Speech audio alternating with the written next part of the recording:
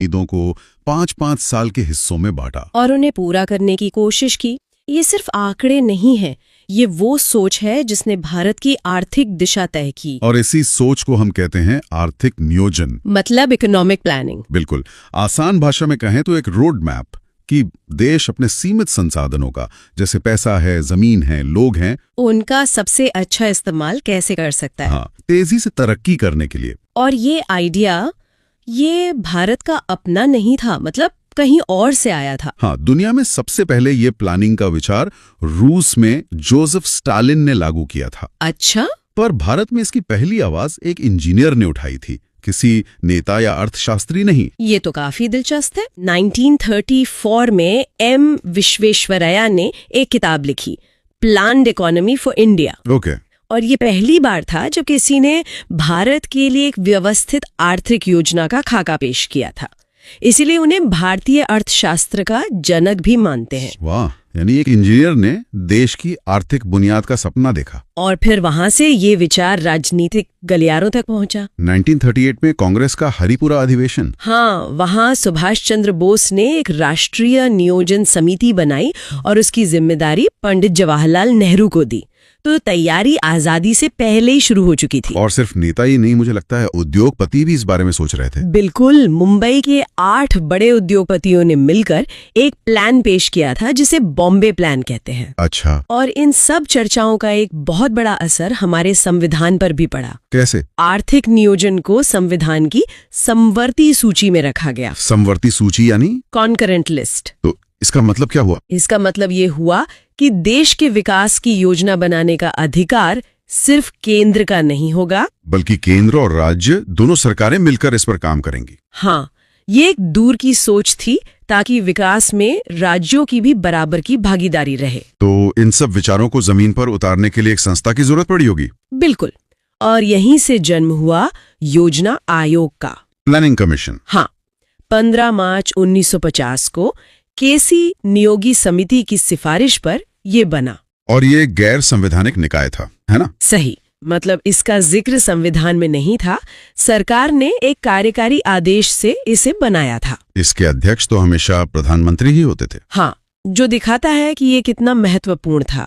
इसके पहले उपाध्यक्ष थे गुलजारी लाल नंदा और आखिरी थे मोंटेक सिंह अहलुवालिया। लेकिन फिर 64 साल बाद 2014 में इस संस्था को खत्म कर दिया गया और इसकी जगह एक नई संस्था आई, नीति आयोग। तो ये सिर्फ नाम का बदलाव था या काम करने का तरीका भी बदला? नहीं, ये एक बहुत बड़ा और बुनियादी बदलाव था। अच्छा। देखिए, योजना आयोग का मॉडल टॉप डाउन था। मतलब दिल्ली में योजना बनती थी और राज्यों को उसे लागू करना होता था। हाँ, राज्यों की भूमिका बहुत सीमित थी।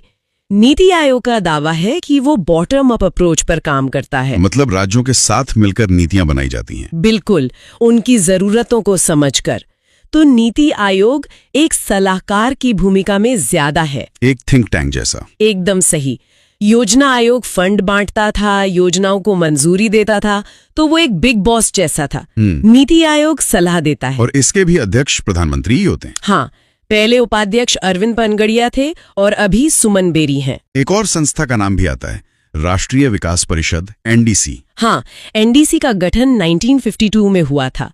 इसे सुपर कैबिनेट भी कहते थे। Super cabinet? इसका काम था योजना आयोग के प्लान पर आखिरी मोहर लगाना, और इसमें सभी राज्यों के मुख्यमंत्री भी होते थे। तो ये एक ऐसा मंच था जहां केंद्र और राज्यों के बीच सीधी बहस होती थी। बिल्कुल। लेकिन नीति आयोग के आने के बाद इसकी भूमिका लगभग खत्म हो गई है। तो ये तो हुई संस्थाओं की बात। अब आते हैं असली काम पर।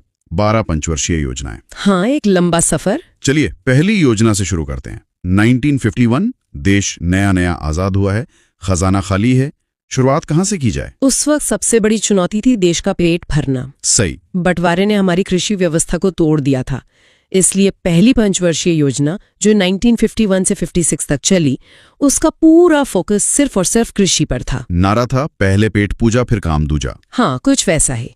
ये योजना डोमर समृद्धि मॉडल पर आधारित थी। ये मॉडल क्या कहता है आसान शब्दों में? इसका सिद्धांत बहुत सीधा है, आप जितना ज्यादा निवेश करेंगे उतनी ही ज्यादा आर्थिक वृद्धि होगी। तो सरकार ने सारा पैसा सिंचाई परियोजनाओं में लगा दिया। बिल्कुल। भाखड़ा नांगल, हीराकुंड, दामोदर घाटी जैसे विशाल बांध इसी योजना की देन है। नेहरू जी ने इन्हें आधुनिक भारत के मंदिर कहा था। और ये योजना सफल रही। ठीक है, पहली योजना सफल रही, लेकिन फिर दूसरी योजना 1956 से 61 में अचानक गियर बदल दिए गए। फोकस कृषि से हटकर भारी उद्योगों पर चला गया। ऐसा क्यों? ये उस वक्त की सबसे बड़ी बहस थी। एक तरफ गांधीवादी अर्थशास्त्री थे जो कहते थे कि गांवों और छोटे उद्योगों पर ध्यान दो, और दूसरी तरफ नेहरू और पीसी महालेनोबिस जैसे विचारक थे। उनका मानना था कि असली आजादी तब तक नहीं मिलेगी जब तक देश अपनी जरूरत की मशीनें, स्टील और बिजली खुद न बना ले। आर्थिक आत्मनिर्भरता का सपना। हाँ, और यही महालेनोबिस मॉडल था।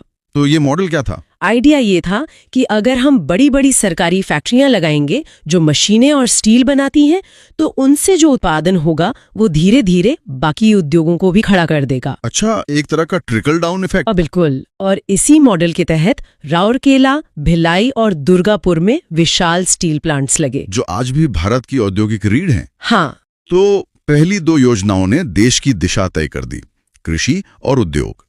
अब आई तीसरी योजना 1961 से 66, जिसका लक्ष्य था अर्थव्यवस्था को आत्मनिर्भर बनाना। पर यह योजना भारतीय इतिहास की सबसे असफल योजना मानी जाती है। मतलब पूरी तरह पटरी से उतर गई थी। हाँ, एक के बाद एक 3 बड़े संकट आ गए। 1962 में चीन के साथ युद्ध, फिर 1965 में पाकिस्तान के साथ युद्ध, और फिर 1965-66 में देश का सबसे भयानक सूखा।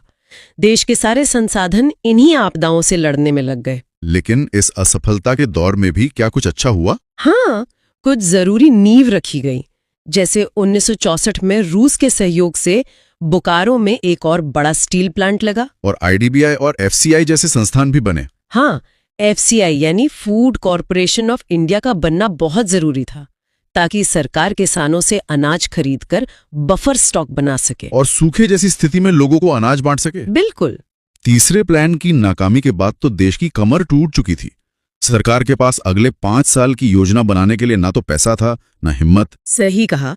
और यहीं से 1966 से 1969 के बीच योजना अवकाश यानी प्लान हॉलिडे की शुरुआत हुई। तो कोई पंचवर्षीय योजना नहीं बनी? नहीं, सरकार ने कहा कि हम लंबी योजना नहीं बल्कि एक साल की 3 वार्षिक योजनाएं बनाएंगे।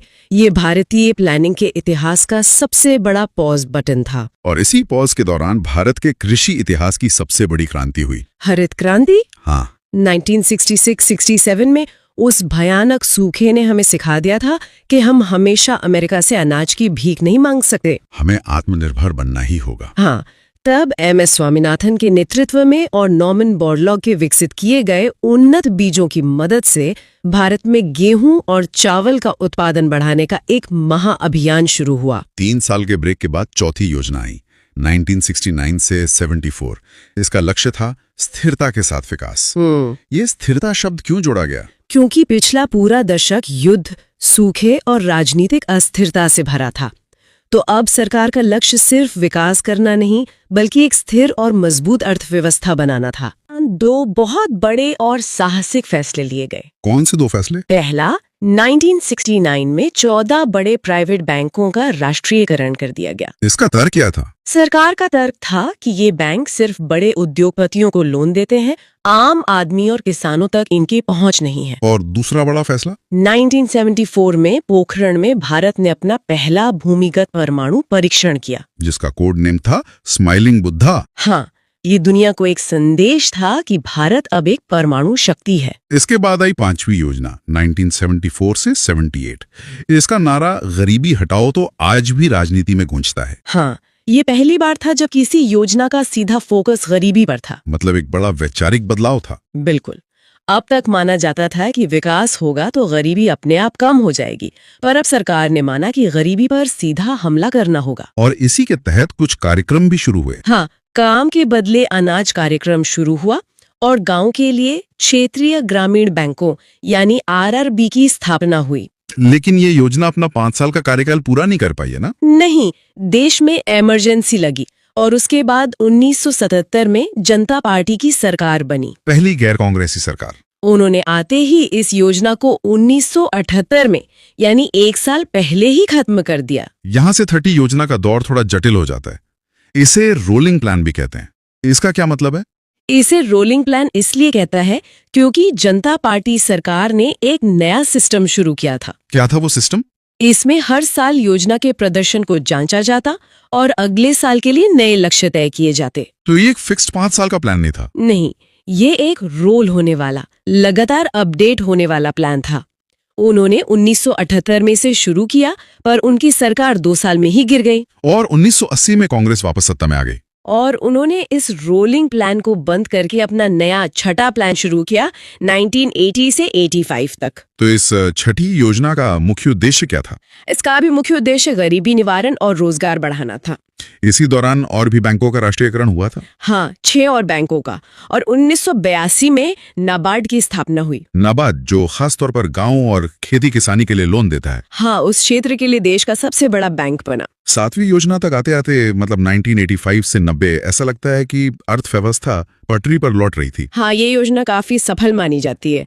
विकास दर का लक्ष्य 5% था, लेकिन हासिल 6% हुआ, जो उस समय के हिसाब से बहुत अच्छा था। इस योजना का जोर किस पर था? आधुनिकीकरण और सामाजिक न्याय पर। इसी दौरान 1986 में स्पीड पोस्ट सेवा शुरू हुई और 1988 में शेयर बाजार को रेगुलेट करने के लिए सेबी की स्थापना की गई। और फिर आता है 1991 का ऐतिहासिक मोड़। बिल्कुल, जब भारत ने अपनी अर्थव्यवस्था को दुनिया के लिए खोल दिया, उदारीकरण। तो 8वीं योजना जो 1992 से 97 तक चली, वो पहली योजना थी जो इस नई अर्थव्यवस्था में लागू हुई। हाँ, इसीलिए इसका फोकस पूरी तरह बदल गया।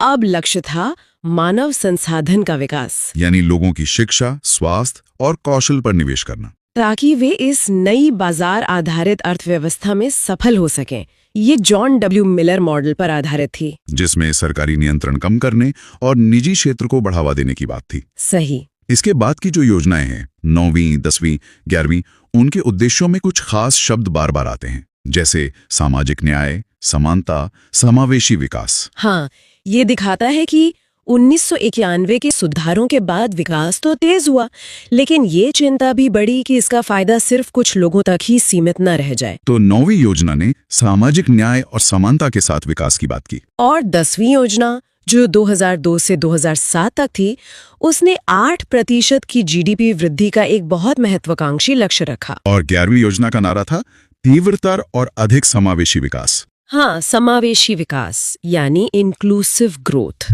इसका मतलब था कि विकास ऐसा हो जिसमें समाज के हर वर्ग की, गरीब, दलित, आदिवासी, महिलाएं, सबकी भागीदारी हो और उसका फायदा भी उन तक पहुंचे। बिल्कुल।